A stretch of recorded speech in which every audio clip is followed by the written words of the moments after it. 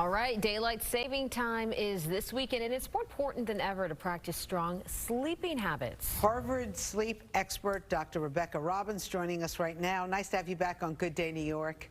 Good morning. It's great to be here. So what is it with that 1 hour that messes up your whole body for like a week? Oh yeah, it's hard to believe it, but 1 hour makes a big difference, especially in the springtime when we lose that hour instead of the fall when we gain it. So as we transition to daylight savings time, and in the face of often fixed responsibilities, sleep gets the short end of the stick. So I'm so delighted that we're talking today. The best way to really prepare for this change is to try to add a little bit more sleep to your bank account. So go to sleep tonight about 15 minutes earlier than usual. Just start the process a little bit earlier.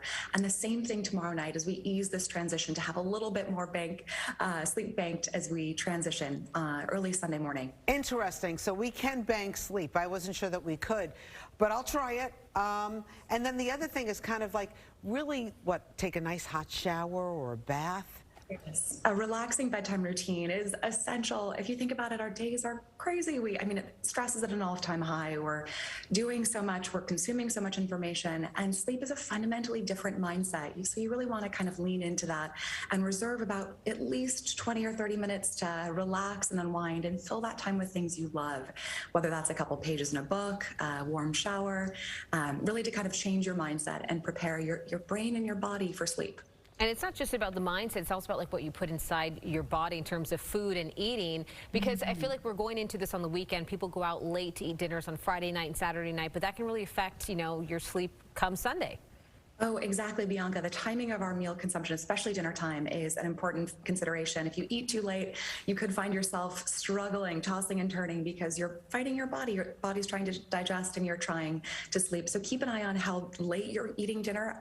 Really advocate the early bird special for better sleep health. Earlier dinner, the better, certainly. And another great thing to do now is to take a look at your bedroom environment. I'm joining you from the Benjamin Hotel, not too far down the street on Lexington Avenue in New York City, and we're doing a lot of spring cleaning in other areas of our house, and so why not draw some attention to the bedroom?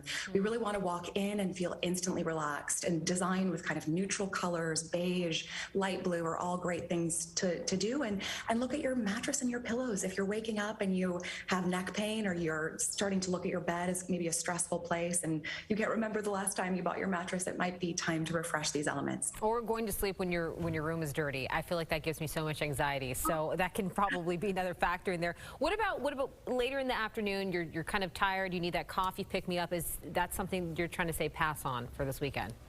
This weekend in particular, try to avoid that afternoon cup. Generally speaking, it's not a bad idea to try to instead swap that out for, now that we have more sunlight, the good news of the silver lining of the daylight savings time change, walk outside, get some fresh air, and natural light exposure actually kickstarts our internal circadian rhythm just as much as that caffeine, that cup of coffee that might impact your sleep that night. So try to avoid this weekend. And the other thing that I hear a lot about, because I think there's some science to back it up, meditate. If you don't meditate, if you haven't tried, go ahead and give it a shot. It's a really wonderful technique.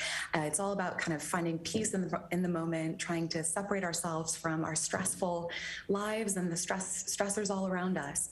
So there are lots of different ways to use relaxation techniques. Progressive muscle relaxation. There are lots of great videos online. You can look into these techniques. Box breathing, where you inhale and imagine kind of articulating one corner of or one side of a box, and then hold the breath, and then exhale, and then hold the exhale. And that can just do a world of good for our blood pressure and then our ability also at night to subsequently fall asleep.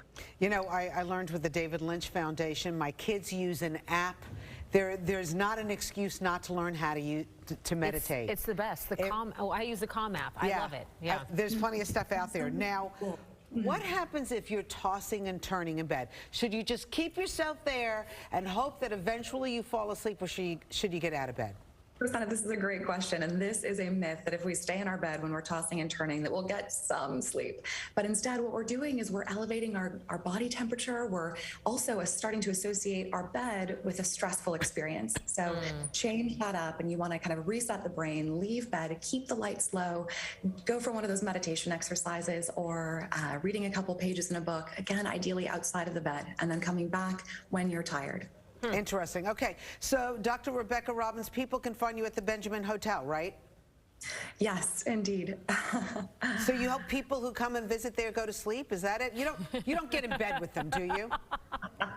Don't tell my husband.